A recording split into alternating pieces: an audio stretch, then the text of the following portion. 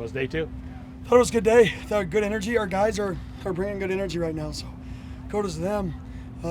Just can't be satisfied and always trying to get better. I mean, that was the message at the end of practice.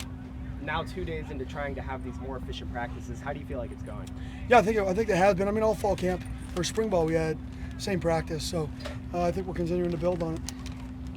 I know that you put a lot of emphasis on special teams, hiring additional coach, brand new faces in the room, going back to spring and now first 2 days of fall camp. How are you feeling about that group? Yeah, I feel good. I think our punters are punting really well right now. These punt periods, I mean, these things are going 45 yards consistently, over 4-4 hang consistently. So it's been a positive for us so far. So, we just got to continue to build, but I've been really happy with it. How important is that just after kind of some of the issues that you've had there? Critical. I mean, 10 yards in a game is 0.4, 0.3, depending on how you do it, points in a game. So, if you lose the field position battle by 60 yards, 70 yards, I mean, you're potentially losing 2.5, 3 points in a game. If you look at it like that, that's how important the field position battle is. So for us to be able to try to regain that battle, that we've lost since I've been the head coach here, I've done a good job at that. We got to find a way to win that back on special teams. What's that been like when you have more coaches who can work with players like a Cyphries and other people who are analysts in the past that weren't able to do that? Yeah, it's great. I mean, at the end of the day, I am not a master at things. All these other people are experts at certain things.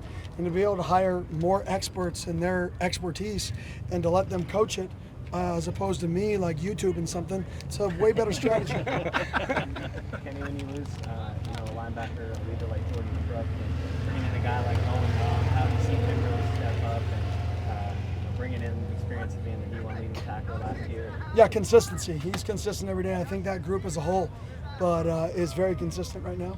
But I think Owens is the definition of consistency. You can see why he makes all those tackles. We're in team meetings, and whenever we ask a question, he's one of the first people to respond. He's very responsive. And when you play linebacker, you're closer to the ball, right? So you don't have a lot of time to respond. You got to see and react. And the ability to see and react is hard to coach. We spend all the year trying to coach see, react. He has a unique ability to just react, even in a meeting room when asking a question, like what's 106 divided by 2? Right? He's like, boom, right? But that ability to react is a skill set, and I think that's why he had all those tackles. I think that's why he's had the success in college he's had. Mikey's looked pretty surgical, at least today. What would you make of the command of the offense that he has? Yeah, he's a great command. He's a vet. He knows what's going on.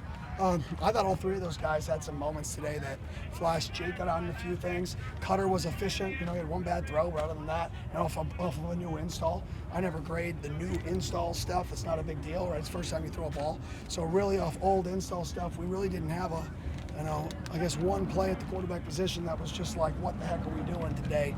But other than that, I thought it was a pretty clean day. Josiah McGrew had an interception during one-on-ones. What have you been impressed by some of the plays he's made since he's gotten here? Yeah, I mean, he's long. He's a long kid and plays safety. He can cover well with his length. So I think his ability just to cover ground with his length is impressive.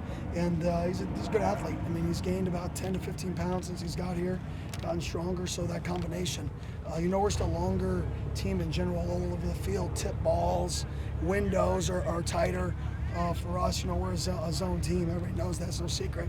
So having length and being able to get in windows, this is definitely the longest team we've had. Coach, piggyback off that, some of the guys obviously in the secondary, the backfield are new, but just from spring till now, I know obviously only day 2, but how do you see just the growth and the communication within the secondary? Yeah, you can tell our guys put in a lot of work voluntarily in the offseason.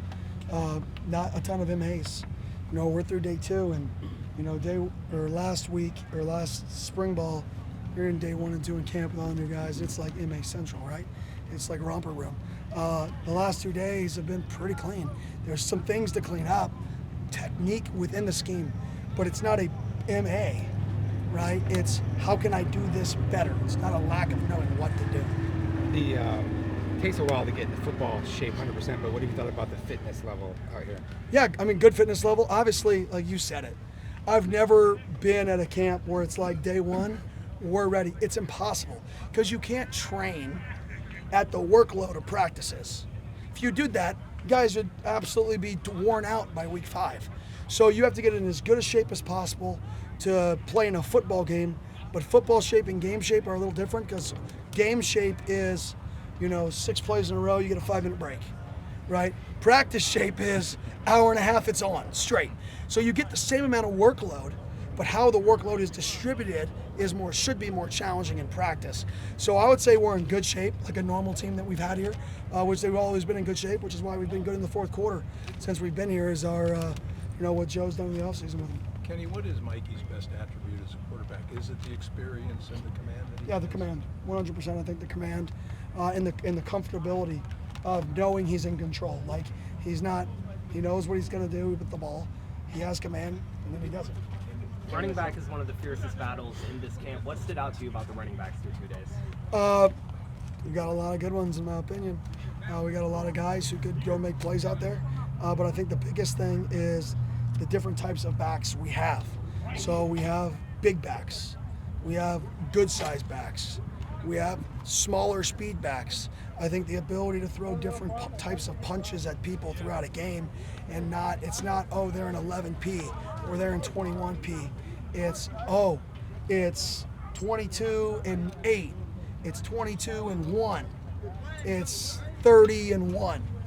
And a team having to decipher that not all these guys are the same. So we can do a bunch and it's the same thing, but you have to play one player different than another. And I think that's the musical gymnastics where you don't have to run as many plays, is when a team is having to scheme up what type of player is in the game at that spot, creates more communication on defense. Getting bringing in so many new faces from the transfer portal, how have you seen them adapt to the culture and connect with the guys who are returning? I mean, just look over there. You have a guy was supposed to be here 2 years and now he's here for 4, right? Plot twist, right? Clayton, I love Clayton. So I can and then you have, a guy who's been here for 4 as a freshman signing here. You have another guy who's a sophomore. You have a running back over here hanging out with 2 transfer defensive linemen, right? So you can see it just right there after practice. Our guys are Sun Devils now, right? They're all singing the fight song. They all have to know the fight song. They're all getting booed off the stage because they don't know the fight song and they have to learn it, right? But that's what it's about. And I think we talked about it yesterday, we spend 25 to 30% of our meeting time on nothing to do with football, on getting to know each other, culture, and relationships when we're in camp. 25 to 30% of our time. So I tell the guys, if I didn't think it mattered, the relationships, the connection, would we spend 30% of our meeting time on it?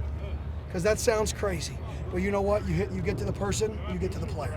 And if our players can connect and truly build real relationships off the field, I think we can do something. You guys good?